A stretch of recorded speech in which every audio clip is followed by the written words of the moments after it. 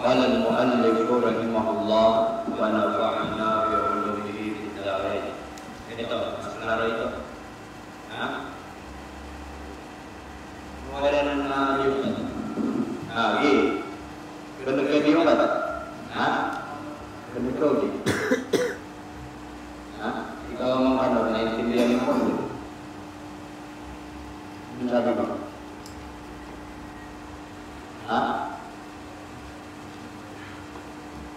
Ano sabi mo? Ha? Naintindihan mo ulit. Naririnig mo? Anong naririnig mo? Ano?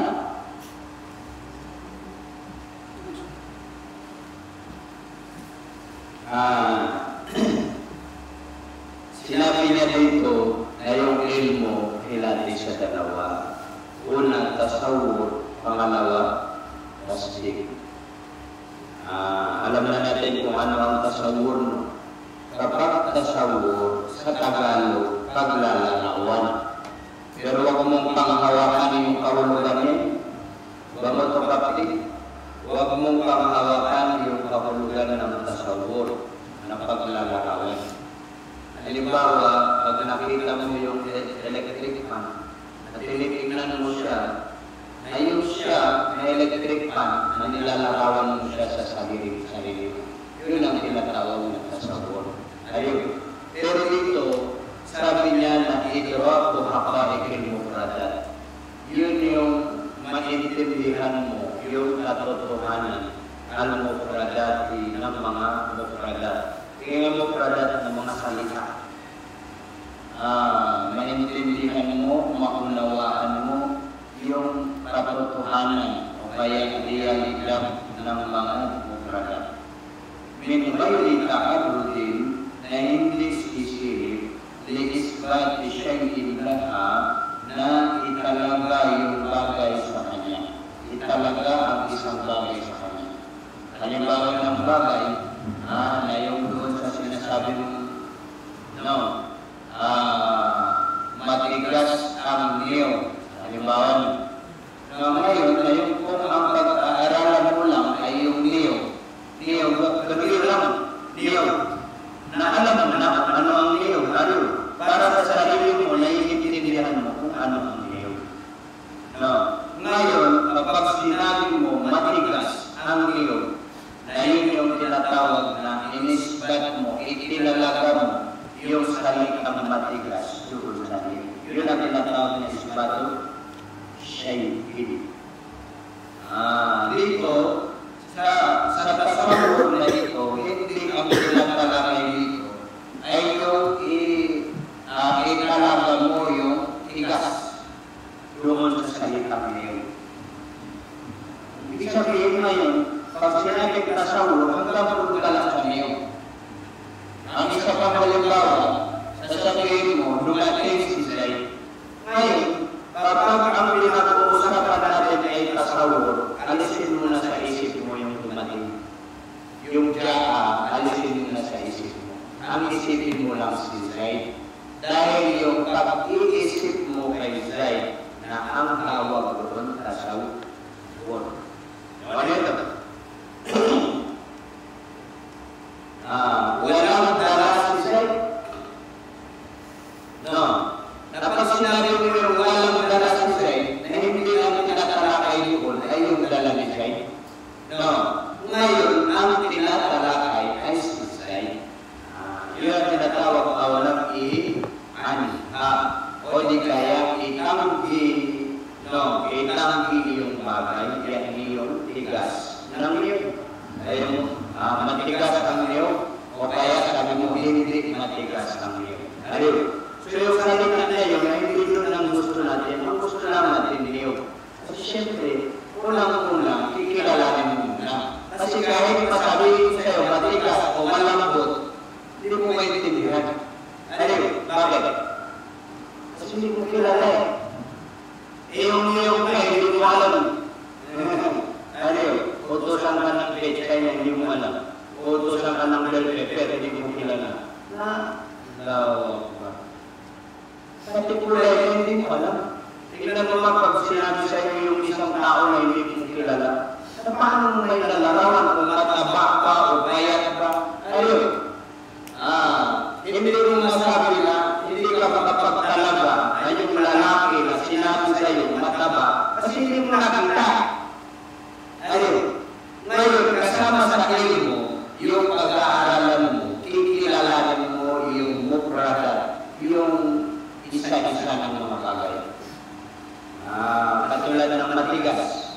Dapat mo lang kilalanin ang matigas. Kasi kung hindi natin kilala ang matigas, paano matatawag ang ilmo? Ang ilmo, alam yung bagay. Na kung yung salitang matigas ay hindi mo alam, salitang malambot, hindi mo naiintindihan. Salitang payat, hindi mo alam. Yung mataba, hindi mo alam. Bili mo ako ng lalaki na niyog, ha? Malaki, hindi mo alam. Yung niyog, hindi mo alam, ha? Ay, lumulit ka sa yung bumili ka ng makopan. Ustad, wala. Posible wala. Sa payag, kinaya naman ng marami ka. Ngayon ito sa bumili ng pechay na wala. Wala siyang ustad, wala ng pechay. Imposible walang pechay sa palagi. Gulay yan ng Pilipino na. Mawala kaya sa palagi. Di ba? Ang sabihin mo, hindi mo kilala ang pechay. Ayun. Yun ang tinatawag na tasawur. Kapag binanggit sa'yo yung isang bagay, alam na ng isip mo. Yung alam ng isip mo ang tawag ng tasawur. Nailalarawan, naiisip mo yung bagay na yun na ang tinatawag ng niyog, na niyog ay yung kilala mo na niyog. Sabihin ko sa'yo, ano ang niyog? Pero kapag ang ibang sabihin, maliban na sa kilala mo na niyog? Wala. Siyempre, ang sasabihin mo yung kilala mo na niyog. Hindi man na tasawur. Tignan naman, idraku. Ako ikil mukrada. Alamin ang katotohanan, ang realidad, al-mukrada ng mga bagay-bagay na isa-isa. Yung mukrada na yung mga isa-isa sa mga bagay. Kung manasingil-singil, chinelas, sapatos, bawat isa na mayroong pangalan na kapag binanggit sa'yo, pag sinabi mo, agad-agad na tatakigulo yung tinatawag na tasawur. Yun ang tinatawag na ilmo. Sa madaling salita, kapag alam mo ang niyog, tatakbo agad sa isip mo yung niyog. Pag alam mo yung mangga, tatakbo agad sa isip mo. Ibig sabihin, walang ibang tatakbo sa isip mo, maliban mo sa kilala mo na bagay. At kailangan na kulala mo. Hindi na magaganda ng bata. Kaya ang bata, wala pang ilmo. Kasi sabihin mo yung niyog. So, unang-unang sasaliksikin ng tao, ayan. Mga bagay-bagay. Dapat na, nag-aaral tayo ng Arabic. Unang-unang alamin natin, ano ang chinelas, ano ang sapatos, ano ang tuto, at tapos dito sa katawan natin, ano ang mata, ano ang ilong. Ayun. Pag nalaman mo na yan, yung mga salita na yan, na yung pagkilala mo doon, ang tawag doon, tasawur, yung naiilarawan ng sarili. Hindi man na, idraku ako ikil mukrada. Yawan yun doon. Pangalawa, drastic. Dito na. Pangalawa, nung kilala mo na yung mga bagay-bagay, hindi na napakradat, hindi na yung mga bagay-bagay, alam mo na kung ano ang niyog, ngayon pwede ka nang magkastig. Pwede ka nang magkastig. Anong magkastig? Pwede ka nang magsalita ng paniniwala. Maniniwala ka ba na yung niyog ay matigas? Ikaw, bakit? Kasi alam mo na yung niyog, ito lang. Ngayon, pag sinabi mo ang niyog ay matigas, ibig sabihin, itinatalaga mo yung tigas yung sa niyog. Ano? Dito man ang isbato siya liniyog. Isbato siya liniyog. Itatalaga mo yung tigas yung kay niyog. O kaya itatanggi mo. Sabihin mo, hindi matigas. Ang niyog ay hindi matigas. No. Na ngayon, itinatanggi mo na yung tigas ay mayroon sa iyo. Siya ba ito? Ngayon ang tasdik. No. Paano? Sabi niya, at tawag tasdik o at ang tasdik. Huwa siya na at tasdik, idra'un nisbati. No. Unawain ang lugtungan. At tamati. No, lugtungan na tama, kompleto. Kailangan na may koneksyon na kompleto. Bayna mufradain sa pagitan ng dalawang mufrad, dalawang salita. May intindihan din natin kung ano ang tinatawag na mufrad. Gusto ko na ba ito yung tutuan sa mufrad? No, dito sa mantik kasi, kapag mufrad, no, ang tawag doon salita. Sinawag doon salita. Yun ang tinatawag na mufrad. Basta tutulong sa mufrad na nakatulog. Kasi dito ngayon, ang inaalam lang natin, mga salita. No, tulad ng tinalakay natin, hindi na natin papansinin yung hindi salita. Ngayon, ang pinag-aaralan lang natin ay yung salita. Ewan nyo. So ngayon, ang tinalakay niya, mufrad, kapag mufrad, ibig sabihin yan, salita. Ngayon, iintindihin mo, mauulawain ang nisbati tamati, yung dugtungan na tama. Yan ay tama sa pinadugtungan na kompleto. Yani, pag pinagdugtong mo yung dalawang salita, halimbawa salitang ja'a. Ang ja'a, isang mufrad. Ang zaitun, isang mufrad. Ngayon, dalawang mufrad yun. O kaya dalawang salita. Na kapag pinagdugtong mo yung dalawa na yun, na ano ba ang dugtungan nila? Kompleto ba o hindi kompleto? Kasi pag ang dugtungan ng dalawa, hindi kompleto, hindi mo maintindihan. Dumating na, halimbawa, pinalo ni Israel. Pinalo ni Israel. Alam mo na yung nisbat na yun na pinalo ni Israel. Kulang kayo na rin. Kasi hindi ko alam kung sino ang pinalo niya. Hindi kulang ka. Ang tawag doon, dugtungan na hindi kompleto. No, ngayon, ang gusto natin ay yung maintindihan yung dugtungan kompleto. Pag sinabi kong dumami si Israel, kompleto na kaya yun, hindi pa. Kompleto na. Parang yung sasalita natin sa nauna, ang tinatawag na kalam ay yung kompletong salita na napapaunawa. No. Ang huwa, uli kaya siya na at tasdik na al-hukmu. Siya yung paghatol. Ala hakikatin sa katotohanan. Kumbaga, nakahatulan ng isipan. Al-hukmu ay bibili, hahatulan ng isipan ala hakikatin. Ang isang realidad.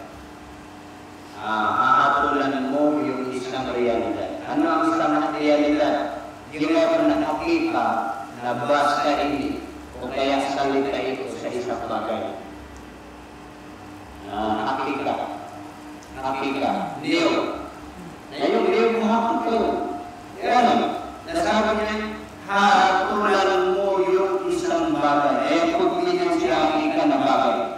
Binisbag shay'in lahat. No. Nakitalaga ang isang bagay lahat ng hakika.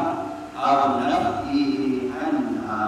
O di kaya itanggi o itaboy anha mula sa kanyang mula sa hakika niya. Ito sa isang bagay na. Tingnan natin rin. No. Mas maganda ang kunin mo yung unang tarik. Ano yung unang tarik? Idra'un nisbati tamu kaya mufradain. Yung alamin o intindihin yung kompletong dugtungan na namamagitan saan? Saan? Sa dalawang salita. Namamagitan sa dalawang salita. Kumbaga na para magsasalisik ka. Ano kaya ang ugnayan ng dalawang salita?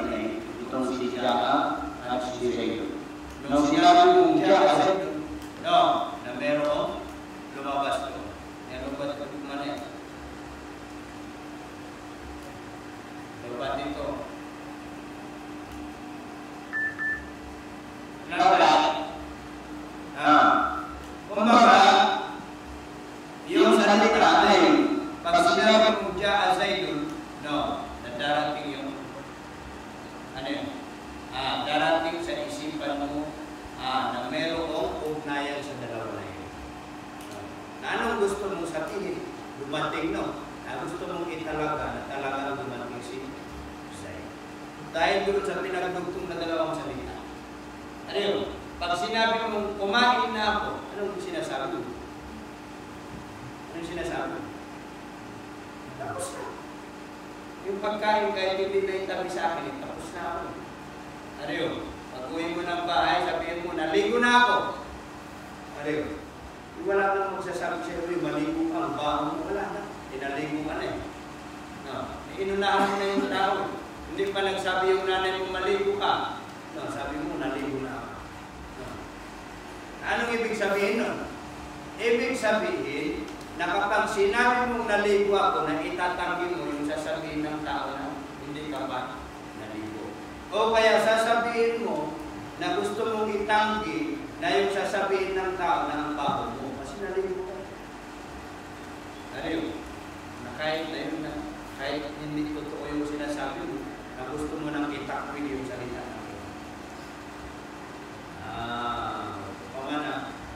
Magrarason parang yung tao na wala ka ng pwedeng inason. Bakit? Kasi yung tao nakakaintindi sa salitang naligo na ako, nasasabihin niya na hindi ko na pwedeng tawagin mabaho. Ay, mababahaya. Di ba no? Ayun na. O, yung tinatawag na pagkakaalam nung nakikinig na sinabi mong naligo na ako, na yun yung tinatawag na pag-intindi ng mutabikan din, wakil. Pag-intindi na sakto lang yun o kaya tugma sa pangyayari. Nakita na basa-basa ang buhok mo, ariyo, bagong suklay, bagong palit ng damit. Ano yun yung tugma doon sa sinabi niya na naligo na siya, ariyo. Kung makikita mo, naligo na ako, kaya hindi ka pakamudo. Ariyo. No. Hindi mo pwede paniwalaan yung sinabi niya. Bakit? Walang katotohanan yung sinabi niya, di ba no? Ayaw mo na. Hindi, thank you, nakakain na. Ariyo, nakita mo yung one na. Ariyo, yun yung tinatawag na ilmo. Na isa doon, yung tasdik. Para maniwala ka doon sa sinasabi ng tao, kailangan mo suliin. Nagitigal mo ka mantik. Yun ang trabaho ng mantik. No. Ngayon, sa atin kasi ngayon, na madali tayong mapaniwala. Ariyo, madali tayong mapaniwala. Hindi man ang tasdik. Madali tayong mapaniwala sa salita ng mga tao. Grabe yung babae. Isang tingin ko lang, shota. Ariyo! Sikamang titingnan mo muna kung talagang may katotohanan yung sinabi niya at walang katotohanan. No, na pag ikaw ay naniwala doon, pinanindigan mo yun. No, na ang tawag doon sa paniniwala mo at paninindigan mo, kaalaman na yung ilmo. Ngunit, o tugma sa katotohanan, kung hindi. No, alam mo na yun, kaya alam na yung pagkakalam mo. So doon, marirealize mo na mali ka. Halimbawa, wadalika at iyong tasdik na iyon naka-idrakin na tulad ng pag-unawa natin. No, bian na Muhammad Abdul. No, na itong si Muhammad Abdul. Pangalan ito ng isang ulama. Itong sino? Si Muhammad Abdul. Ngalan na yan tao. Sino? Si Muhammad Abdul. Ngayon kasi hindi pa natin kilala, kailangan muna natin magtasawur. Kailangan muna natin magtasawur. Sino ba si Muhammad Abdul? Kasi huwag ka muna lalaktaw doon sa pangalawang salita. Kasi kung lumaktaw ka sa pangalawang salita, hindi mo maintindihan. Anak, bili ka ng pechay. Okay. Sige po. Takbo doon sa kampo. Ngayon, hinahanap na yung pechay. Wala pechay dito. Hindi niya kilala ang pechay. Umuwi siya. Wala daw pechay. Ikaw naman na nanay, nag-iisip. Wala bang pechay? Kasi tinatanggi niya na mayroong pechay, no? Sabi niya, walang pechay. Kaya lang po sa diba? Sumulit ka? Ganun naman sa diba? Walang ustad. Ustad lang po kita. Bakit? No, kasi tinatanggi niya na hanapin ng muli. Yun ang mga kaulagano, betul na mati. Na mayroong mga palatandaan sa pamamagitan ng pananalisis. Pero yun, ayaw natin yun, pagkalusan. Yan, ang gusto lang natin pag-aaralan ng mga salita. Pag sinabi niya walang pecha, magtatama ka. Yan, kasi dito sa paligid natin, never yan, nakukusan ng pecha. Lagi yun na, bumili ka man ng asin. Na wala, pinuntahan ko na lang walang asin. Ayun, doon nalalaman ko na nagsisi mo yung yan. O pa man, malika na yan, ayun. Uubusin mo yung asin dyan na paligid. Medyo, kailangan mo ng pag-isip namin. Yan. Ang minsan, totoo, no, pero napakalit na lang yung puset, nasasabihin, walang asin. Ayun.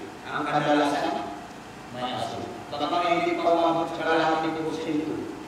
Walang asin. Hindi man nagkakaroon. Ano ito? Muhammad Abdo. Si Muhammad Abdo na bakisu an-nahdati al-Islamiyya al-Hadisah. Siya yung founder. Bakit? Founder ng isang madrasa na nagnangalang an-Nahda al-Islamiyya al-Hadisah. Sikot si Muhammad Abdo na bakisu, siya yung founder an-Nahdati al-Islamiyya al-Hadisah. Ng isang madrasa na ang pangalan niya Nahda Islamiyya al-Hadisah. Al-Hadisah na modern. Ano ba yung modern sa Tagalog?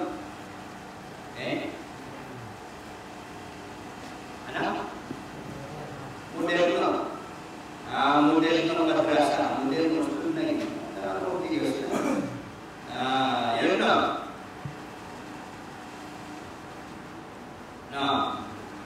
Founder ng Nahda Islamiyya al-Hadisah. Ng madrasa Nahda Islamiyya al-Hadisah.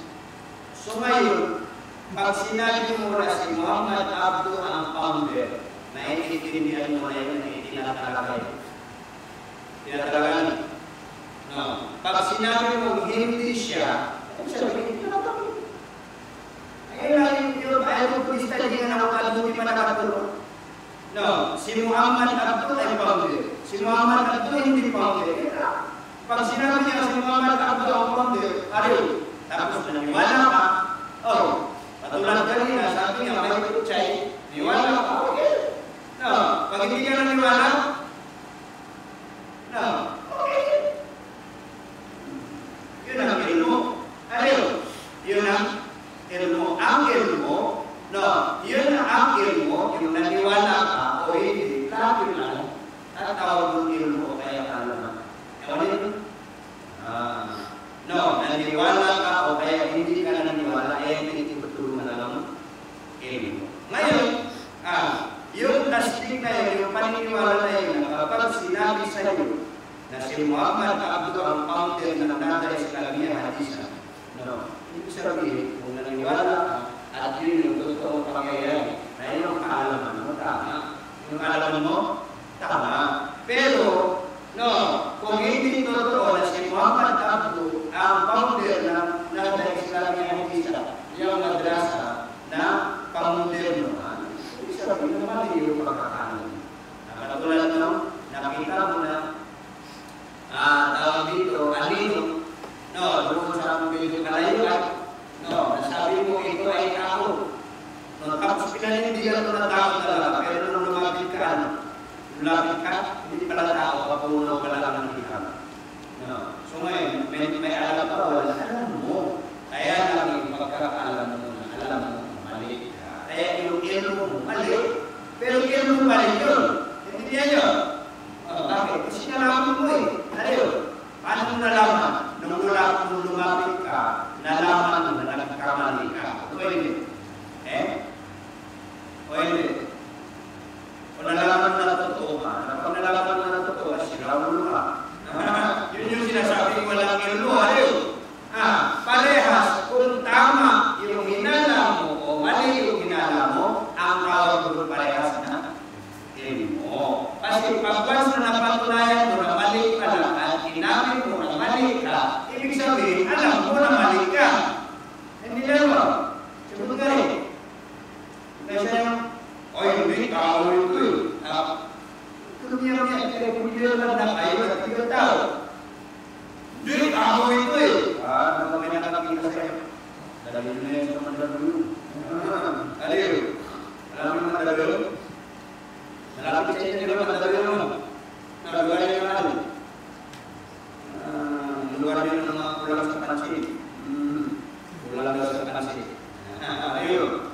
Waan na Indonesia, pangalaman ito, at ang Indonesia na biladun baliyaton, no, lugar o kaya bansa, baliyaton na mayaman.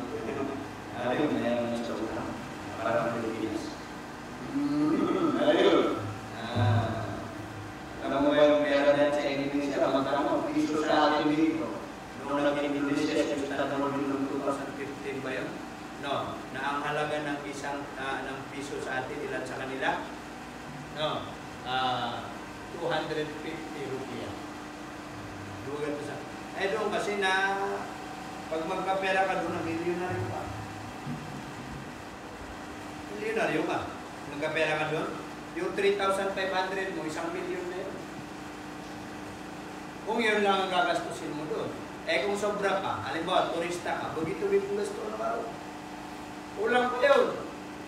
Hotel nga lang na. Magkano na ang hotel? Di ba na? Magkano ang halaga ng hotel? Paal. Di ba na? Ito na yung biaswagin niya, Mike, bitog. Narinig lang niyang mandalo yun. Gusto niya na magpadala sa mandalo yun.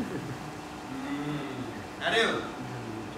Biladun waliyatun, bansa na mayaman. Na ngayon, anong sinasabi mo dito? Ano pa yung sinasabi niyo? Ha? Nakasan mo hindi ko marinig. Mayaman daw ang Indonesia. Yan na. Yun, tinatalaga niya na mayaman ang Indonesia. Tapos kung maniwala ka o hindi, bahala ka sa buhay mo. Hindi ko ganyan, no. Ariyo. Pero kung maniwala ka, pagkatapos hindi mo napatunayan na ang Indonesia ay bansang mayaman, na alam mo pa rin. Bakit? Alam mo na mali ka sa paniniwala. Ewan nyo. Kaya daw sa kabilang buhay na yung ilmu liyakin na doon daw talagang mapapatunayan yung ilmu ng yakin na kasi itulukan pa talaga. Di ba? Kahit anong gawin mo, wala na. Bakit hindi nyo sinaksak nyo hindi? Ha? Sinaksak nyo hindi? Naka-charge. Bakit walang saksama? Niloloko mo ako. Bigyan yung mga naman, bigyan yung ha? So speaker. Ito na yung speaker. Nyalubat. Natiga nakasaksak. Ha? Ano ka di pamra? Ariyo. Doon mo palang mali. No, nakasaksak. Ayusin mo naman magsalita. Hindi naman ito nakasaksak. Sabi mo, nakalagay sa malapit sa tenga ko. Di ba ang nakasaksak? Ang sasabihin mo, sinaksak kanina, di ba? Yan ang tamang salita, no? Hindi ka rin yung mga dikamantig na mapiyag yung after di makautol. Kailangan mo na maggamit ka muna ng tasawur. Wala ka pa dito sa tasdik, doon ka pa lang sa unang level. Kikilalanin mo kung ano yung nakasaksak, yung isinaksak, at yung isinasaksak. Ano yun? Ikaw, Matthew, alam mo yun? Nakasaksak. Tingnan mo, ang galing ng mga sumulat ng libro, step by step. Parang maliit na bata, mag-aaral ka muna, alamin mo muna isa-isa kung ano ang kaulugan ng isinaksak, ano ang kaulugan ng sinasaksak, ano ang kaulugan ng nakasaksak. Yaman ito, hindi mo tuwan sa tasawur, na itong tasdik wala pa. Na pag sinabi mong isinaksak na yan, Ustad, kanina, tama yung salita mo. Kaya lang, depende sa akin kung magtasdik ako, kaya hindi. Pero pag sinabi mong isinaksak yan kanina, itinatalaga mo na kanina sinaksak yan. Ariyo. Ayan lang, katulad dito salita niya. Ang Indonesia daw ay bansang mayaman. Waka idrakina. At sa paningin natin, sa pag-intindi natin, bian na Misra na ang Egypt laysat fi Asia, ay hindi kasama sa kontinenteng Asya. Sugot niyan doon ay kontinente. Tanungin niyo yung mga science. Sila alam nila yan.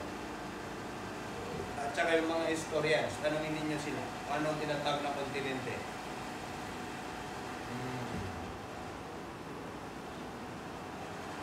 Bianna Misra, na ang bansang Egypt na laysat fi Asia, ay hindi sa Asya. Na yung nakapag-aral ng history, ang Egypt ba hindi kasama sa Asya o kasama sa Asya? Hindi o kasama? Ikaw memorize ko yan dati.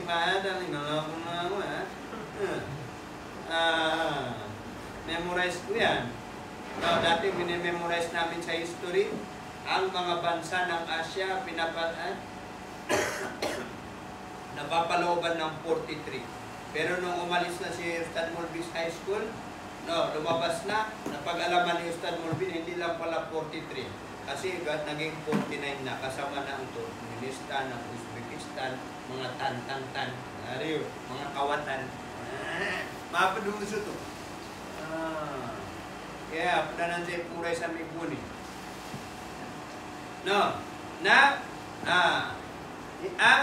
Yung pag-intindi natin na ang Misir ay hindi kasama sa Asya, na yung pag-intindi mo na yun, na pag-intindi rin, kaya lang mali, walang katotohanan. Kasi ang Egypt kasama sa Asya. Ano ito? Ilan ang mga bansa na sakop ng kontinente ng Asya? Napadun na Egypt, at ipadun na Saudi Arabia na. Kasama ang Pakistan, kasama ang India, kasama ang Bangladesh, kasama pa nga ang Turkey. Pagpunanan sa mga Asya, ay, ewan ko lang kasama ang Turkey. Yung pabo, kasama.